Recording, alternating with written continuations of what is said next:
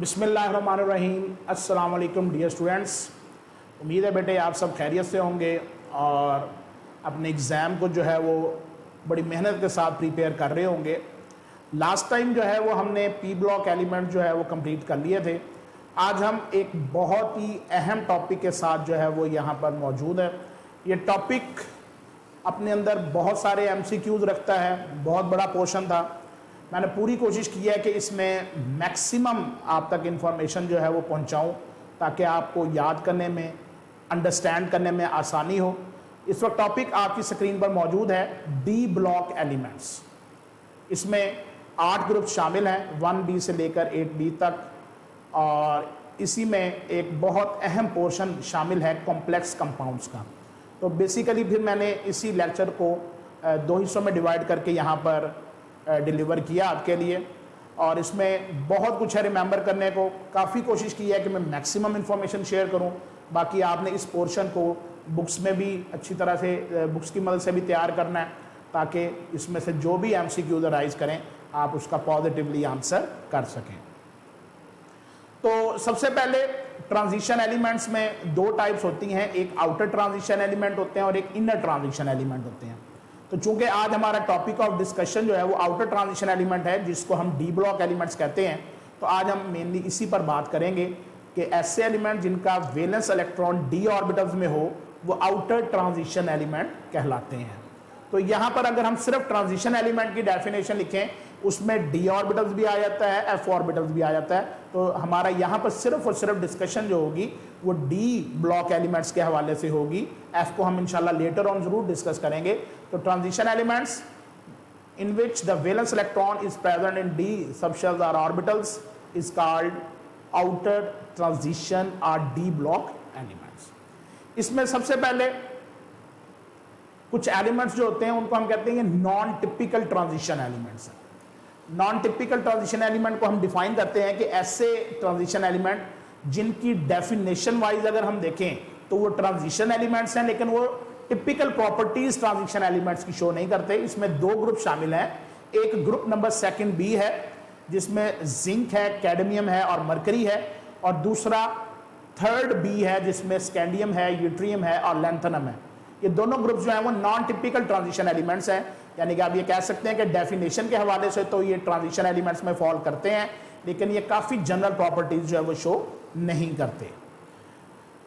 उसके बाद जो डी ब्लॉक एलिमेंट्स के हवाले से आपने बात याद रखनी है, इनकी बाइंडिंग फोर्सेस जो इनकी तकरीबन सारी प्रॉपर्टीज को मेनली कंट्रोल करती हैं।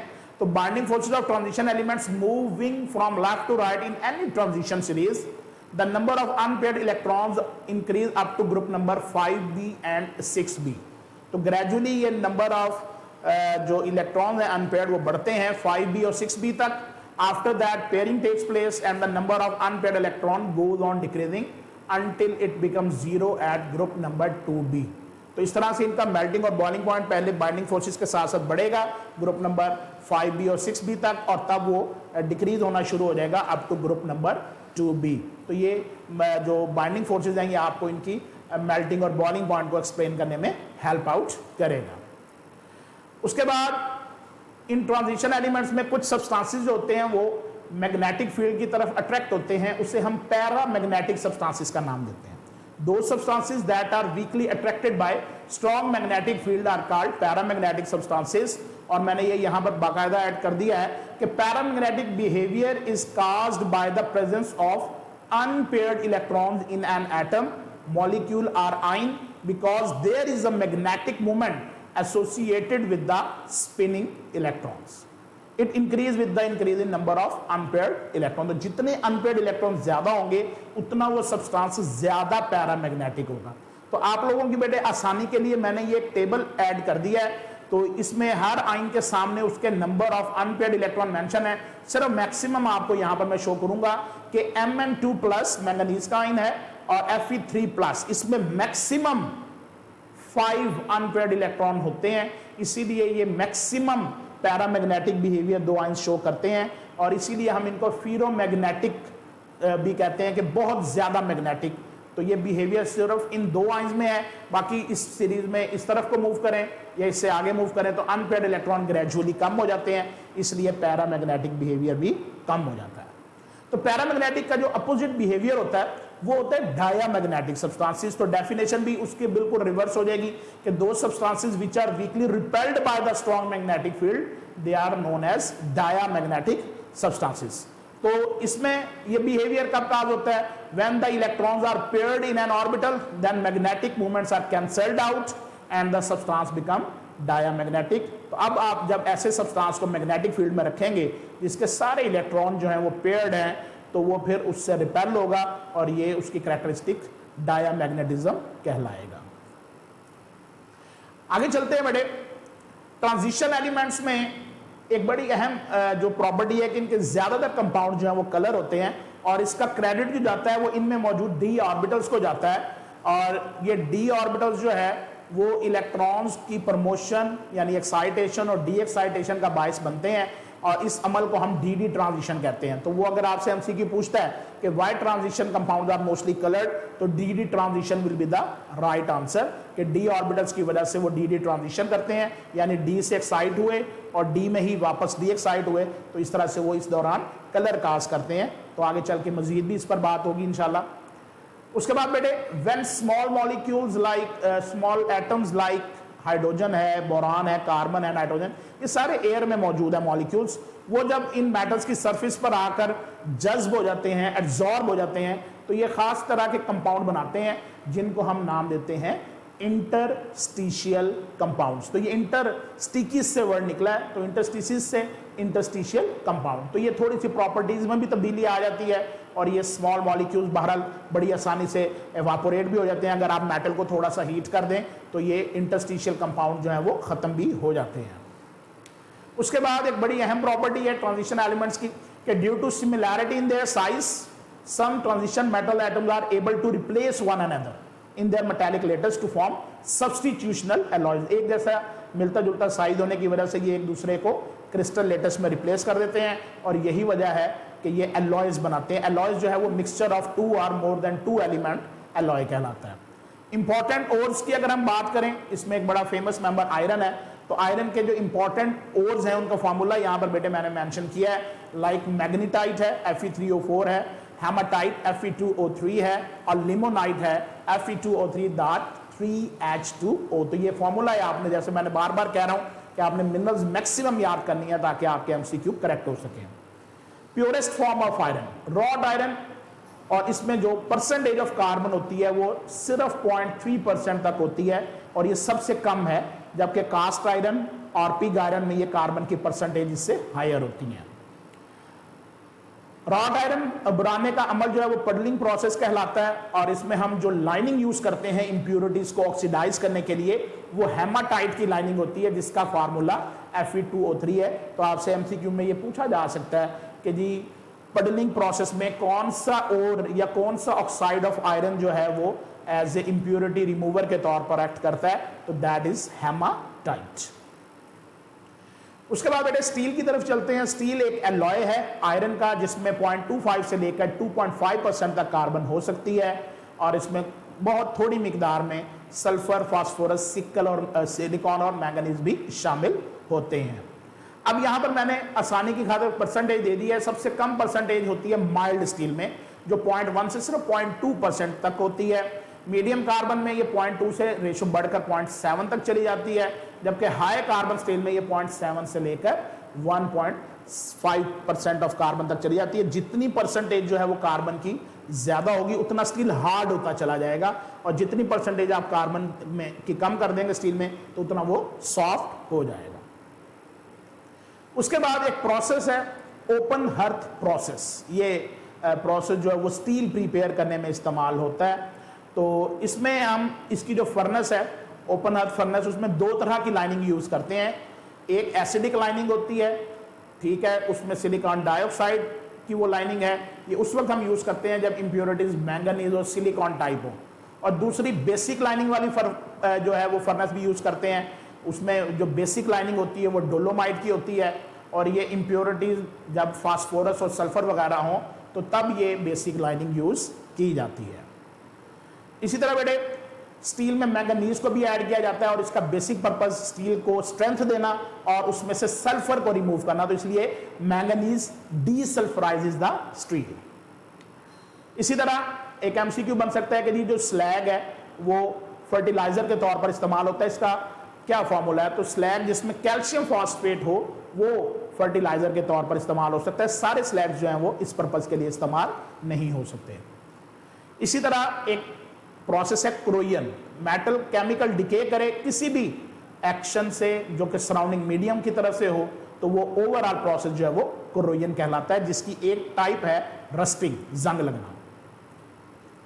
उसके बाद एक बड़ी मजे की बात है बेटे कि pure metals are not easily corroded even iron, कि अगर कोई भी मेटल है चाहे वो आयरन ही क्यों नहीं, अगर 100% प्योर होगी तो उसको जंग नहीं लगेगा। जंग लगने के लिए इंप्योरिटीज शुड बी प्रेजेंट, क्योंकि जो इंप्योरिटीज होती हैं वो क्रोयन को प्रमोट करती हैं। और इसकी एक्सप्लेनेशन जो सबसे बेस्ट जिस थ्योरी ने दी है वो इलेक्ट्रोकेमिकल थ्योरी है। इसके मुताबिक वो मेटल्स जिनमें इंप्योरिटीज हैं वो क्रोयन का शिकार होती हैं और इंप्योरिटीज ये डिसाइड करती हैं कि क्रोयन जो है वो मेटल की होनी है या इंप्योरिटीज, यानी कि जो मोस्ट रिएक्टिव पार्ट है, अगर मेटल ज्यादा रिएक्टिव है तो मेटल की क्रोयन होगी, अगर उसमें मौजूद इंप्योरिटीज ज्यादा रिएक्टिव हैं तो उनकी क्रोयन होगी। तो जो most reactive portion of the metal है उसकी क्रोयन होती है, दूसरा पोर्शन जो है वो बच जाता है। क्रोयन से प्रिवेंशन में एक प्रोसेस होता है टिन प्लेटिंग, और जिसमें हम आयरन को कोट करते हैं टिन मेटल के साथ, तो इसका दूसरा नाम कैथोड कोटिंग भी है, क्योंकि जब ये टिन प्लेटिंग जो है वो ब्रेक हो जाती है तो उसमें जो टिन आपने उसके ऊपर अप्लाई किया होता है ये कैथोड के तौर पर एक्ट करता है, तो इसीलिए उसी मुनासबत से इसको नाम दे दिया गया है कैथोड कोटिंग। एक दूसरी अच्छी क्वालिटी की कोटिंग भी होती है जो बड़ी इंपॉर्टेंट प्लेसेस पर आयरन पे की जाती है, गल्वानाइजिंग, या इसमें आप ये कह सकते हैं जिंक प्लेटिंग। तो इसमें जिंक क्लोराइड जो है वो बेसिकली यूज होता है और इसे हम एनोड कोटिंग या सैक्रिफिशियल क्रोयन का नाम भी देते हैं, क्योंकि जब जिंक की लेयर जो है ऊपर से ब्रेक हो जाती है तो क्रोयन का अमल स्टार्ट हो जाता है, तो जिंक की क्रोयन होती है, आयरन फिर बच जाता है, तो इसी मुनासबत से हम इसको सैक्रिफिशियल क्रोयन का नाम देते हैं। इसी तरह बेटे क्रोमेट्स और डाइक्रोमेट्स हैं, ये सॉल्ट्स हैं क्रोमिक एसिड के, H2CrO4 के।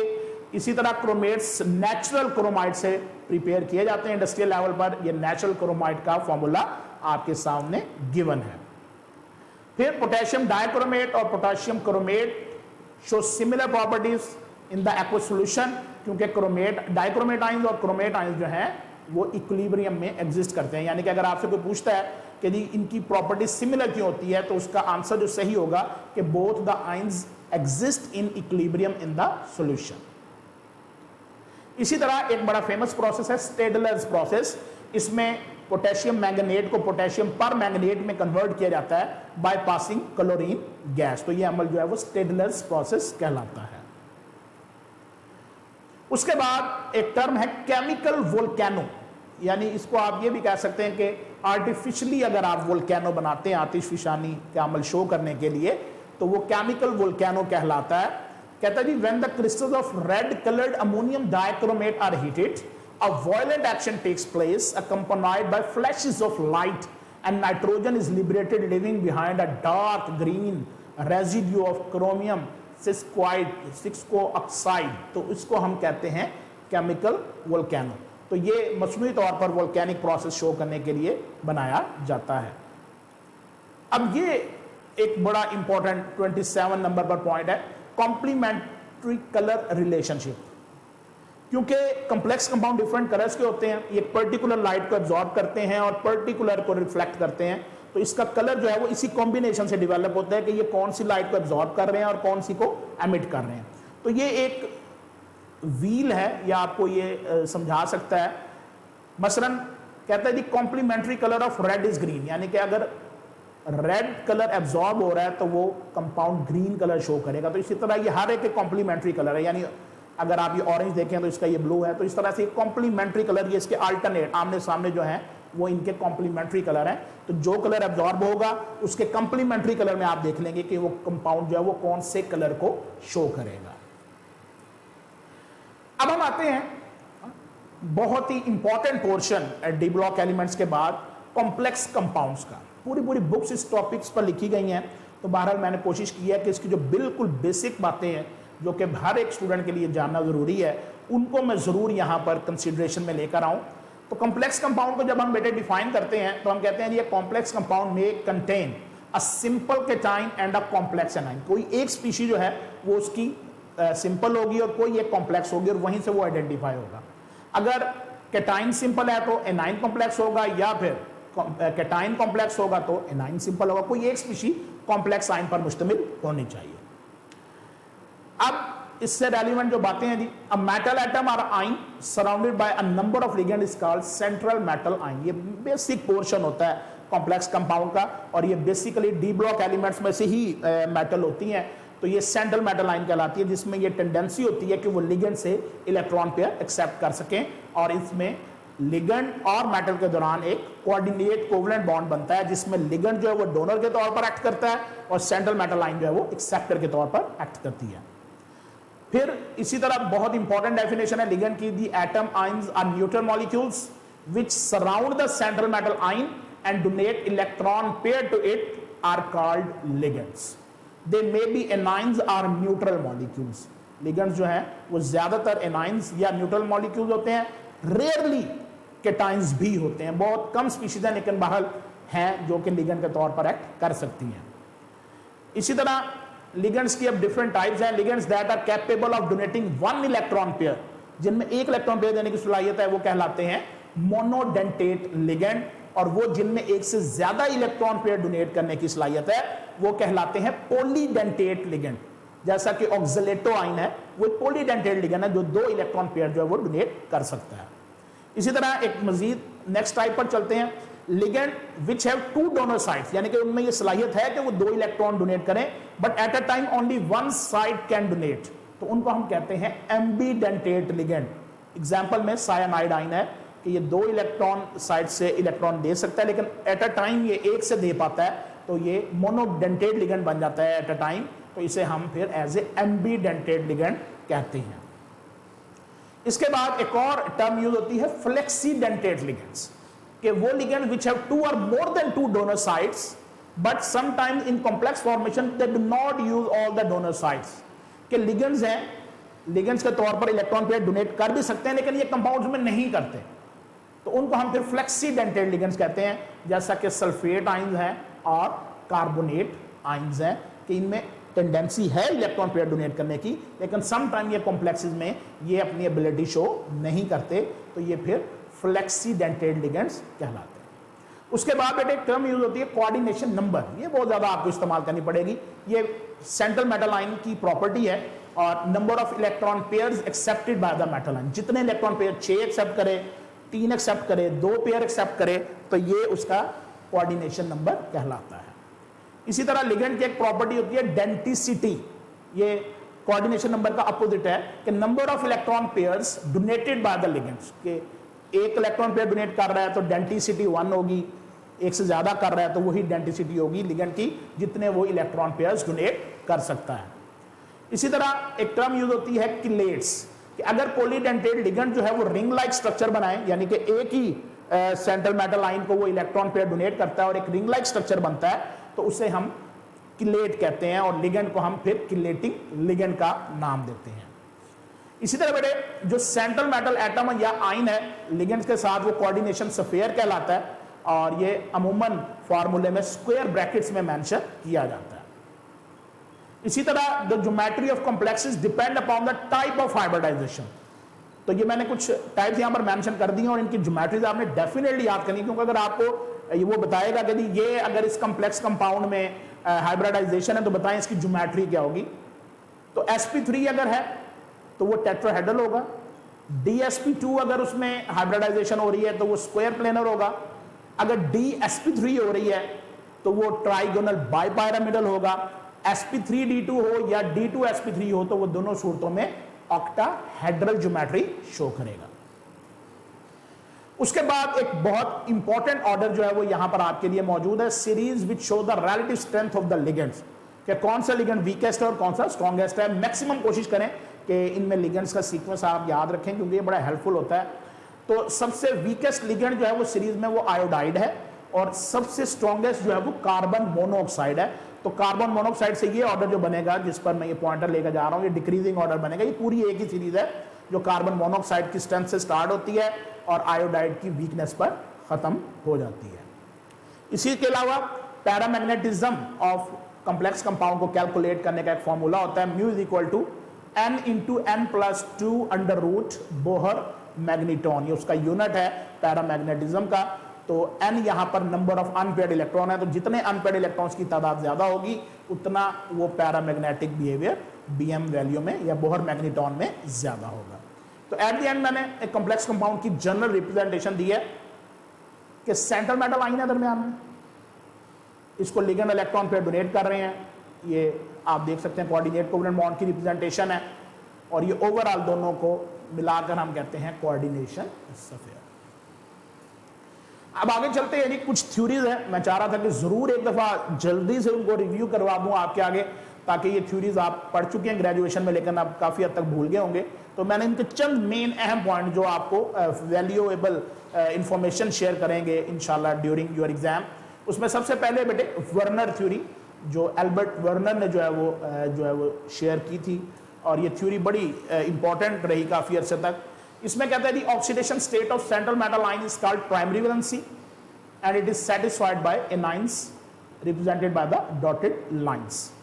के जो किसी भी मेटल पर चार्ज, जिसे हम उसकी ऑक्सीडेशन स्टेट कहते हैं, वो उसकी प्राइमरी वैलेंसी होती है और ये ज्यादातर एनाइंस के साथ जो है वो पूरी करते हैं, लाइक Cl, सल्फेट, कार्बोनेट के साथ, और इनको हम किसी भी कंपाउंड में शो करते वक्त डॉटेड लाइन से शो करते हैं।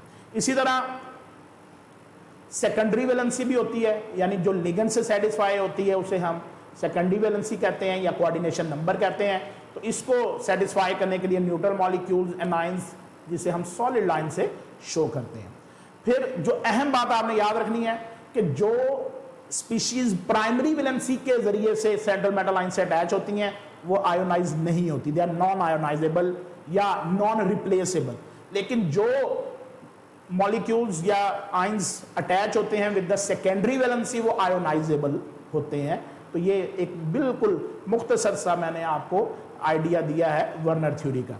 इसी तरह साइज्विक इफेक्टिव एटॉमिक नंबर रूल है कि इसने भी एक तरीकाकार की वजाहत की कि क्यों ट्रांजिशन एलिमेंट जो हैं वो कम्प्लेक्स कंपाउंड बनाते हैं।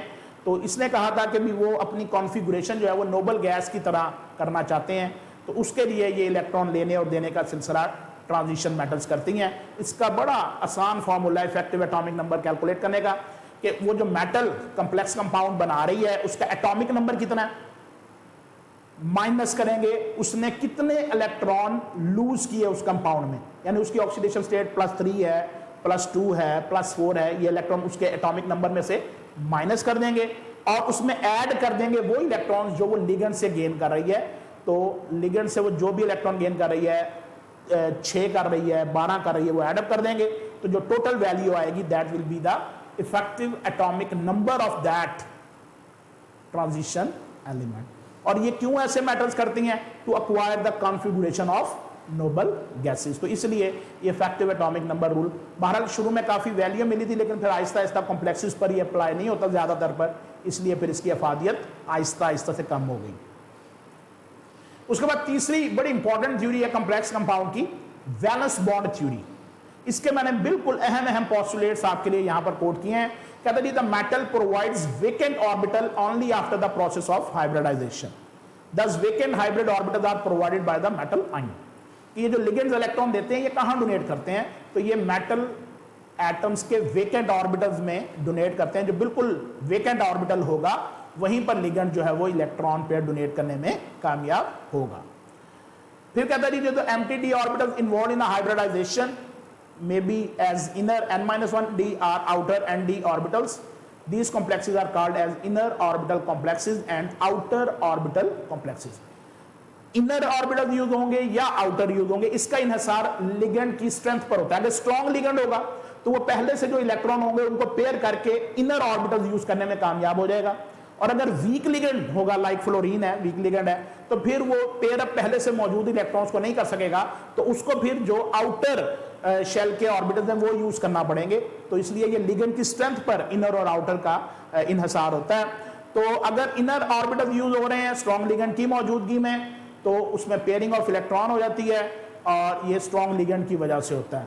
इसी तरह जो ऐसे कॉम्प्लेक्स जिनमें स्ट्रॉन्ग लिगेंड होगा, सारे इलेक्ट्रॉन चूंकि पेयर अप हो जाते हैं इसलिए वो डायामैग्नेटिक होते हैं और इनको हम लो स्पिन कॉम्प्लेक्स का नाम देते हैं क्योंकि इनमें सारे इलेक्ट्रॉन पेयर में कन्वर्ट हो गए हैं। जबकि इसके बरक्स जो आउटर ऑर्बिटल्स हैं जहां पर वीक लिगेंड होता है वहां पर अनपेयर्ड इलेक्ट्रॉन्स की रेशियो ज्यादा होती है, इसलिए वो हाई स्पिन कॉम्प्लेक्सेस कहलाते हैं, या इनको जैसे पहले हमने नाम दिया आउटर ऑर्बिटल कॉम्प्लेक्सेस। तो ये इंफॉर्मेशन थी अबाउट वीबीटी। उसके बाद जो थ्योरी बहुत अहम है कॉम्प्लेक्स कंपाउंड में, जो आपने जरूर थॉरोली रीड करनी है, वो है क्रिस्टल फील्ड थ्योरी। ये बेसिकली थ्योरी जो है ये कलर को एक्सप्लेन करती है कि ट्रांजिशन जो कंपाउंड्स हैं या कॉम्प्लेक्स कंपाउंड्स हैं वो कलरफुल क्यों है।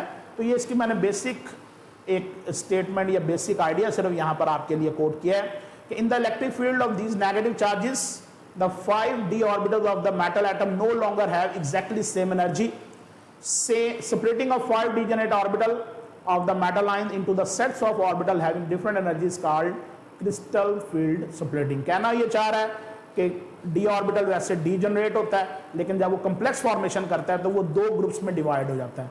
ऑक्टाहेड्रल कॉम्प्लेक्सेस में 3 ऑर्बिटल्स लोअर एनर्जी पर आ जाते हैं, उन्हें हम कहते हैं T2G, और 2 ऑर्बिटल हायर एनर्जी स्टेट पर चले जाते हैं, उनको हम कहते हैं EG।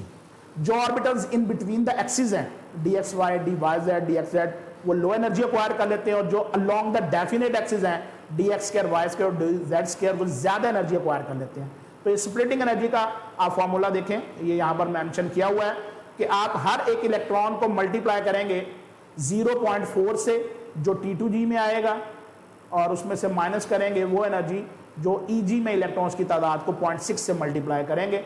तो ये एक फॉर्मूला कि आप -0.4 for each electron present in the T2G orbital और 0.6 with each electron multiply present in EG orbitals, plus ये पेयरिंग एनर्जी होती है हर कॉम्प्लेक्स के लिहाज से, वो भी स्मॉल वैल्यू उसमें एडअप करते हैं। टेट्राहेड्रल में ये स्प्लिटिंग थोड़ी इन्वर्ट होती है, इसमें जो 2 का सेट है EG वो लोअर एनर्जी पर होता है और हायर का 3 वाला जो है वो हायर एनर्जी पर होता है। तो ये क्रिस्टल फील्ड स्प्लिटिंग में ये वैल्यूज 0.4 लो के लिए और 0.6 जो है वो हायर के लिए इस्तेमाल होती है। तो थ्योरीज के बाद बेटे लास्ट जो पोर्शन है वो है नॉमेनक्लेचर ऑफ कॉम्प्लेक्स कंपाउंड। बहुत सारे कॉम्प्लेक्स कंपाउंड्स हैं, मैं ये चाहता हूं कि आप इसकी प्रैक्टिस बहुत ज़्यादा करें क्योंकि 1 या 2 MCQ लाजमी ऐसे आएंगे जिसमें आपको वो कॉम्प्लेक्स कंपाउंड के हवाले से नाम लिखने का कहेगा। तो मैंने इनके बिल्कुल जनरल रूल्स जो बेसिक हैं कम से कम वो यहाँ पर आपके लिए डिस्कस किए हैं। कहता है जी कैटाइंस, चाहे वो कोऑर्डिनेशन सफेयर हो या सिंपल कैटाइन हो, उसका हमेशा नाम पहले लिखना है। नेमिंग करते वक्त लिगेंड्स को आपने अल्फाबेटिकल ऑर्डर में लिखना है, अगर एक से ज्यादा लिगेंड है तो जो अल्फाबेटिकली पहले है वो पहले आएगा। पहले ये रूल थोड़ा डिफरेंट था लेकिन अब इसको चेंज करके इजी कर दिया गया है कि अल्फाबेटिकल ऑर्डर आपने यूज करना है, जिसका पहले नाम आएगा वो पहले लिखा जाएगा। The name of the ligands, जो एनायनिक लिगेंड है जिस पर नेगेटिव चार्ज होता है, उनको आपने एंड करना है ओ पर। लाइक हाइड्रोक्सल ग्रुप है तो हाइड्रोक्सो, सायानाइड ग्रुप है तो सयानो, क्लोराइड है तो क्लोरो। इसी तरह जो न्यूट्रल लिगेंड्स हैं उनका नाम अनचेंज लिखना है, जैसे अगर NH3 है तो वो अमाइन है सिंपली। अगर कोऑर्डिनेशन सफेयर यानी पूरा जिसमें सेंट्रल मेटल आयन और मेटल शामिल है, उस पे अगर चार्ज है नेगेटिव एनाइन है तो मेटल का नाम आपने 8 पर एंड करना है। ये बड़ा इंपॉर्टेंट रूल है। मतलब निकल है वो निकल 8 में कन्वर्ट हो जाएगा, प्लाटिनम है प्लाटिनेट में कन्वर्ट हो जाएगा, कोबाल्ट है तो कोबाल्ट 8 पर। तो पहले आपने कोऑर्डिनेशन सफेयर का ओवरऑल चार्ज देखना है। अगर वो नेगेटिव है तो ये नाम चेंज होगा मेटल का, अगर वो न्यूट्रल है या कैटायनिक है फिर ये नाम चेंज नहीं होगा। और आखिर में आपने उस मेटल के नाम के आगे उसकी ऑक्सीडेशन स्टेट जो आप कैलकुलेट करते हैं by the rules of oxidation states, वो आपने रोमन न्यूमरल्स में छोटी ब्रैकेट पैरेंथेसिस जिसे हम कहते हैं उसमें लिखनी होती है। तो ये बेटे 3 एग्जाम्पल मैंने किए हैं, बाकी आपने इसको ज्यादा प्रैक्टिस करनी है ताकि आप हर लिहाज से इनको कवर कर सकें। मसलन इस कॉम्प्लेक्स में देखिए कैटाइन जो है वो पोटेशियम है, तो हमने लिखा पोटेशियम, एक ही लिगेंड है तो इसलिए अल्फाबेटिकल ऑर्डर की जरूरत नहीं है, और वो 6 की तादाद में है।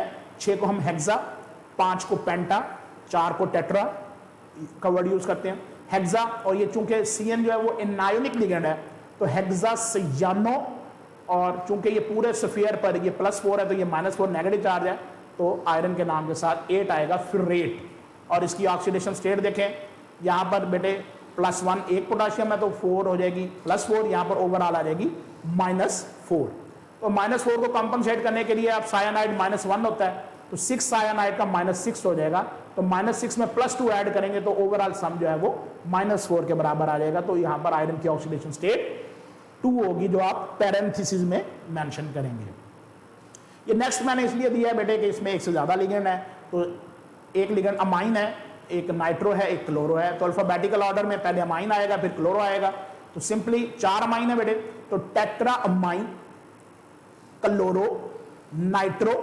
चूंकि इस स्फीयर पर चार्ज +2 है इसलिए नाम चेंज नहीं होगा, प्लाटिनम पूरे का पूरा वैसे ही आएगा, प्लाटिनम 4 सल्फेट।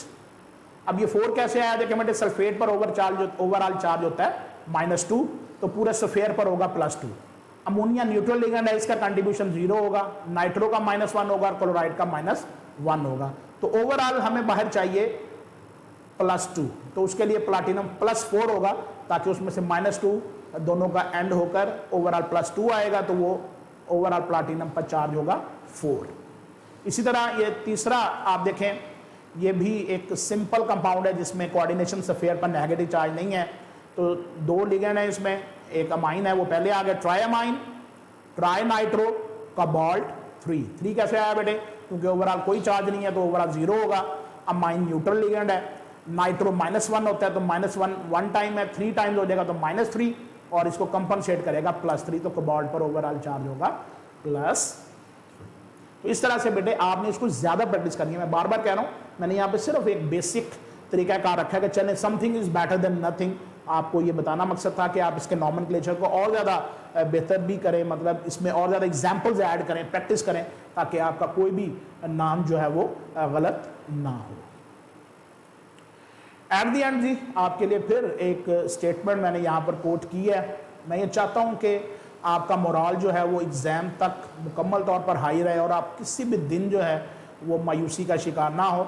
तो अकॉर्डिंग टू दिस स्टेटमेंट कहता है जी, a positive mind finds opportunity in everything. एक मस्बत जहनियत का हामिल शख्स जो है वो हर अपॉर्चुनिटी में जो है वो कोई ना कोई चीज़ पॉजिटिव ढूंढता है, कि हर काम को वो एक मस्बत तरीके से लेता है, जबकि a negative mind finds fault in the everything.